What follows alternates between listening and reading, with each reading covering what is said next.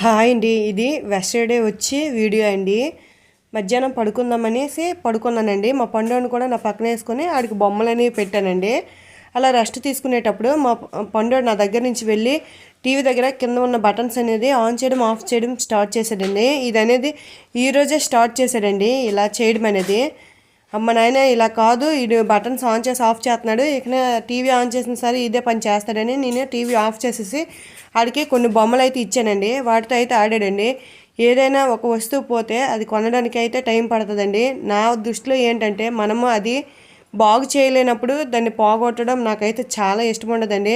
ఎవరైనా కోపంలోనే ఒక వస్తువు విసిరాడంటే అది పగిలిపోయిందంటే నాకు చాలా కోపం వచ్చేదండి. దాన్ని మనం బాగు చేయలేనప్పుడు దాన్ని ఎందుకు మనం పగలగొట్టడము అనేదండి నా ఉద్దేశం. అయితే నేనైతే చాలా కోపం వచ్చేస్తుందండి నాకైతే.